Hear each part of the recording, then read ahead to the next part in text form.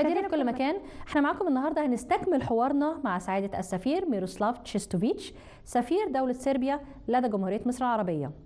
في لقاء اليوم هنتحدث عن تاريخ العلاقات المصرية الصربية وأيضا عن حجم التبادل التجاري والاستثمارات ما بين البلدين.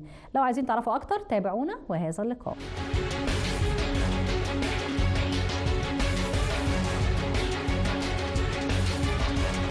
بكم في صربيا.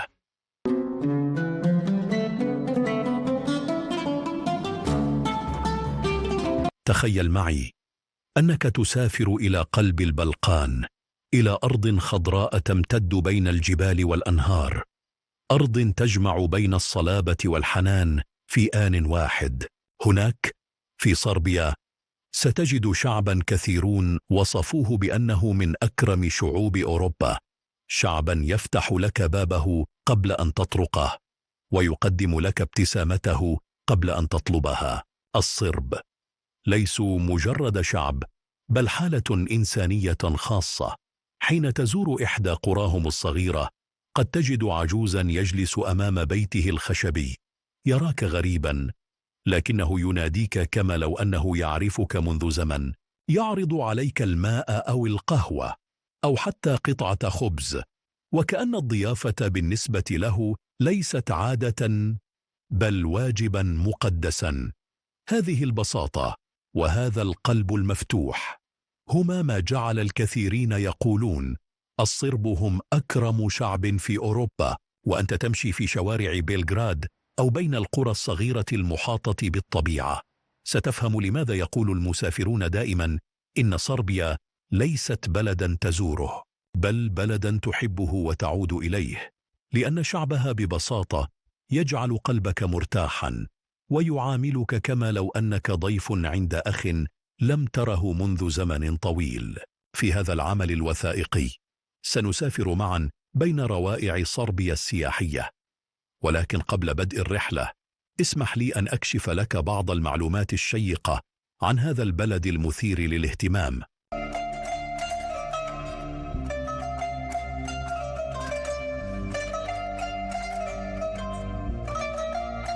مشاهدينا في كل مكان، احنا معاكم النهارده في ضيافة سعادة السفير ميروسلاف تشيستوفيتش، سفير دولة صربيا لدى جمهورية مصر العربية. Your Excellency, first please allow me to thank you so much for having us today. You're welcome. You're welcome to the residence and to the Embassy of Serbia, which has been the home of my country in Cairo since 1942. That's great.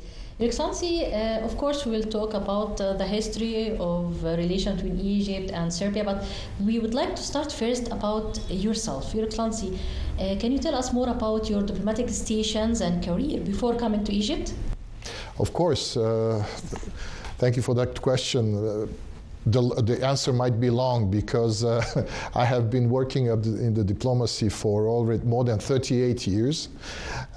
I started in the former Yugoslavia, the Socialist Federal Republic of Yugoslavia, in January 1988.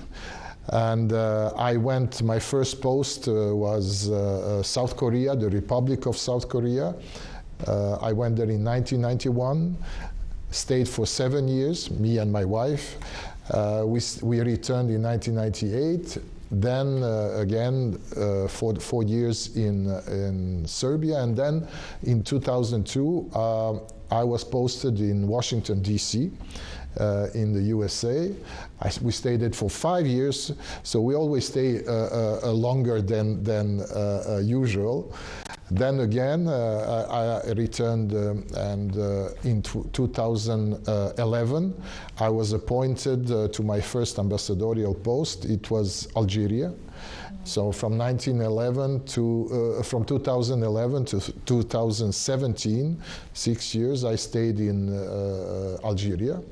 I was also in charge of Mali, Guinea, Equatorial Guinea, so at the time non-residentially. And finally, when it comes to my postings abroad in 2022 in March, so we are 4 years, it's been 4 years, I have been posted as ambassador to Egypt. And from Egypt, I am also covering, and I'm ambassador to the state of Palestine, Oman, and Sudan.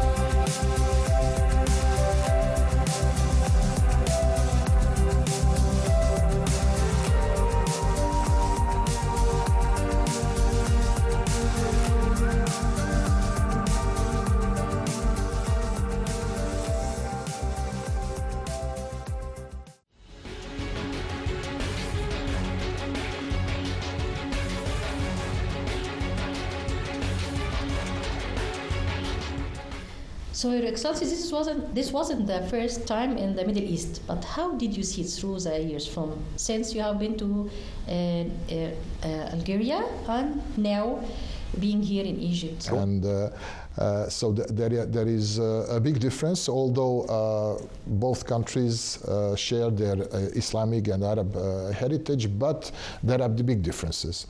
And I must say that each country has its specifics, which make me and my wife enjoy both our stays in Algeria and in Egypt. As of course, I mentioned all the differences and the fact that what can be compared to Egypt in sense of civilizational heritage. So we are here living in the mother of the world, as they say.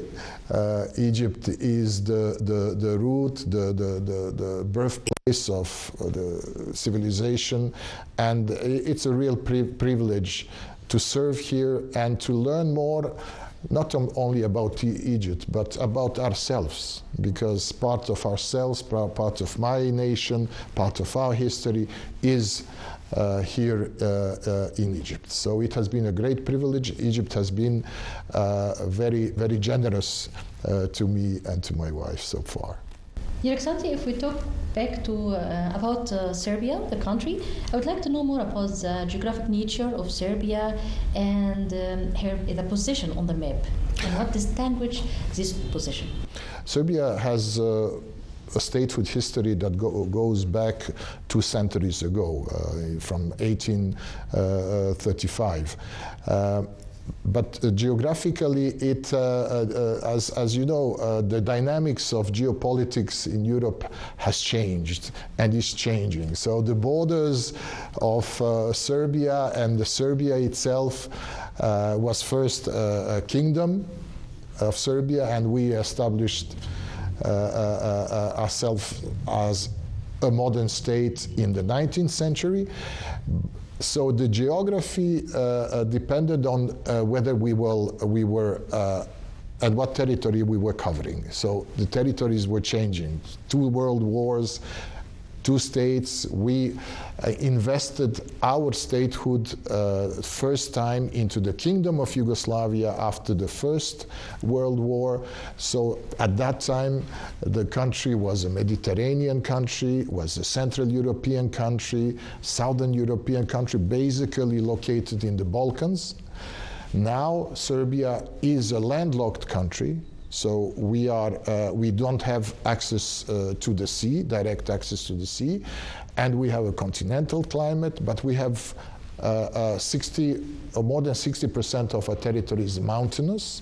So we have beautiful mountains. We have winter sports, therefore, and winter resorts that are quite popular.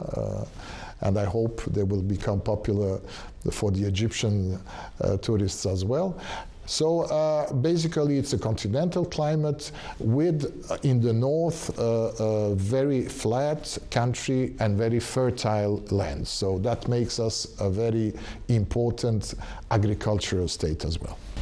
That's great. We're going to talk about the agriculture sector, but after I talk about the citizens, I would like to know more about the Serbian citizens, their traditions, customs, and their handicrafts. I would like to know more about them.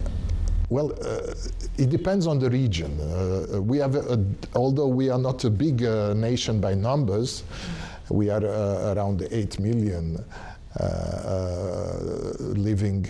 living in the area, and depending on what region, you have different customs, you have different influences.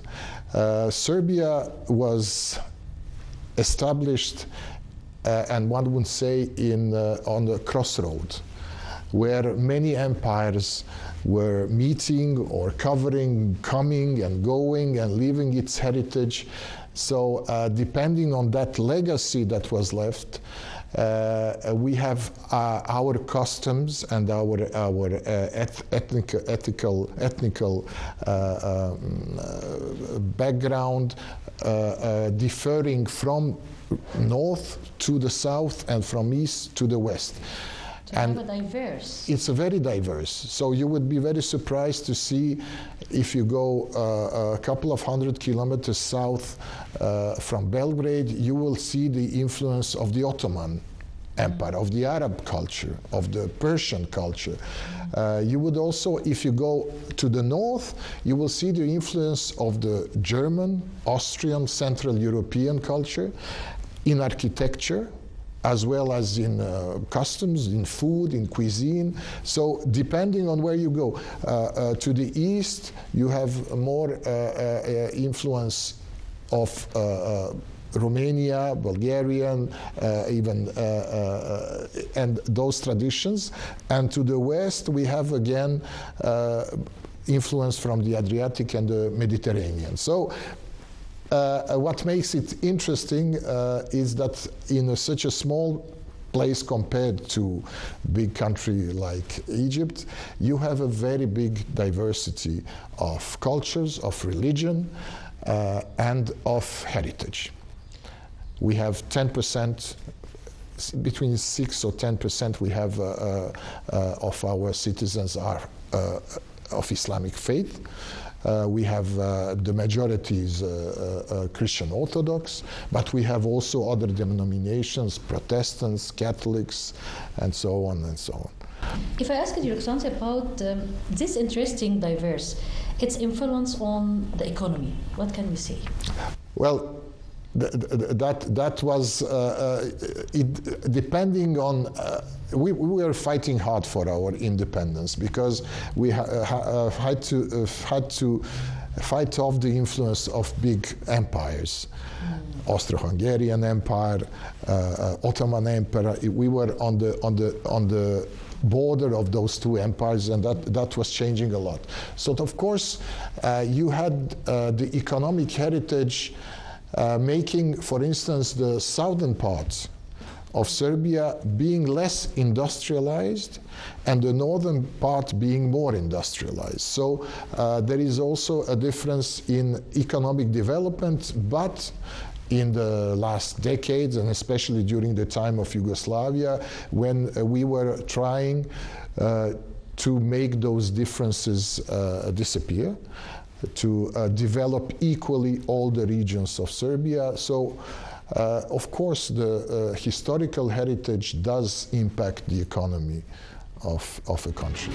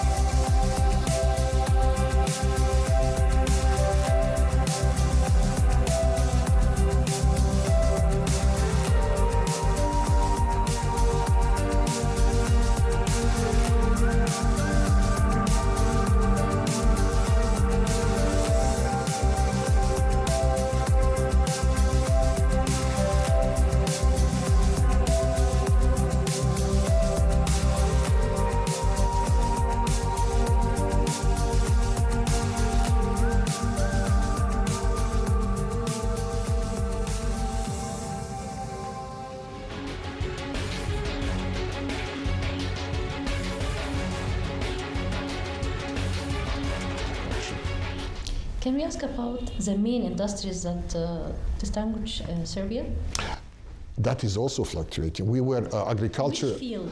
We were a very developed and agricultural country from the 19th century, during the 20th century, but now in the last decades we had a developed industry, especially during the socialist period. You know that the socialist economy of Yugoslavia, for instance, but in order they had a specific way of developing the heavy industries. So we have heavy industries, energy developing, but these nowadays, our emphasis in the past decade was on new technologies. So at this point, the impact of IT is much bigger than the agriculture.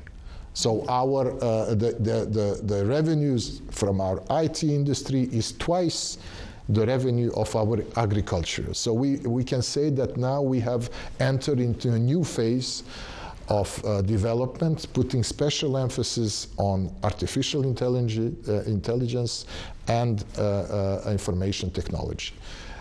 So that is our main strategic objective in the future. course, I'm going to ask, but in the other episode, I'm going to ask about the trading in this kind of industries. But now I want to go back to the people. Your Excellency, I would like to know more about the role of women in Serbia. Yes, women received the right to vote after the Second World War. We were very patriarchal environment. So women in the last centuries were more oriented toward the family, but especially after the Second World War, the role of women and the emphasis was on building the equality between men and women. So at this point, I must say that we have, for instance, 40% of women in our parliament, which I think it's a very high percentage compared to any European country. Our ladies and women, they are working, they are hardworking.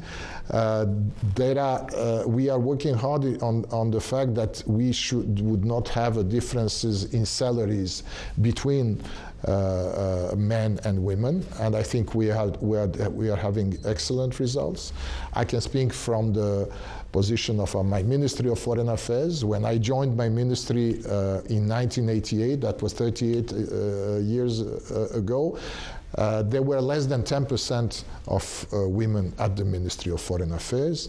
Now I think we are even 50-50. So women are, I must say, a leading force in the development of our society, both economically and in every other way. That's great to hear about. Your Excellency, we also know that the Serbian life have fun in life. It's a life, as we say. What can you say about the famous or important festivals that's being done in Serbia? It's difficult to mention all the festivals that are happening throughout Serbia. I mean, almost every bigger city has its festival, whether it is food, whether it is handcrafts, whether it is musical festivals or whatever. I will mention one festival, Exit Festival, which actually is coming to Egypt. That was the most successful brand that we created in Novi Sad. The city of Novi Sad is 70 kilometers north of Belgrade, and now I understand that the brand is coming as Exit brand, which is very popular, famous around the world, is coming to Egypt, and they will have a big concert. That's what the latest I have heard. And they will have a big concert in Egypt. So you see, it's also a changing issue, changing developing story. We have festivals of music. We have festivals of book fairs. We have many. Actually, the book fair, Egypt participated in it. Exactly. So, and you were the guest of honor one year. I don't remember exactly, but that was maybe 5 years ago. And I think that, depending on the time of the year, you will find there will definitely be a festival that is worth visiting in Serbia. That's very interesting. Your Excellency, they always say, to know a country, you have to know about the people, traditions, to know about the people way of life, and the food. It's one of the main things that through it you can know really this country and the people inside it. What can you tell us about the Serbian cuisine? Well, I can tell you that I am sure that Egyptians will not be disappointed when they come, and they will recognize a lot of cuisine and dishes that are similar to the Egyptian ones. as I mentioned, historically, we had a great influence coming from the Ottoman Empire. We were part of one administration for hundreds of years. Our center of administration was in Istanbul, Constantinople. So, and within that, we had the cuisine coming. So our most popular dishes are barbecue dishes. We have our brand of kebabs, which we call cevap, or cevapcici. This is our traditional small minced meat barbecued. We have the influence also of, as I said, Central European cuisine and Mediterranean cuisine. So I think we have, as a Serbian cuisine, we have a wonderful fusion of all those cuisine that are not disappointing anyone visiting Serbia. And I know that we have a lot of restaurants, we have a lot of places where that are enjoyed by tourists coming to visit, but also what is very important, by the Serbians, who are the most severe assessor. They are the judges of the restaurants that we are opening, and no bad restaurant can remain in business for long. مشاهدينا في كل مكان، وكده انتهى لقائنا مع سعادة السفير ميروسلاف تشيستوفيتش، سفير دولة صربيا لدى جمهورية مصر العربية. أتمنى تكونوا استفدتوا من كم المعلومات اللي احنا تحدثنا من خلال لقائنا مع سعادة السفير عنها، وأشوفكم إن شاء الله في حلقات قادمة. شكرا، إلى اللقاء.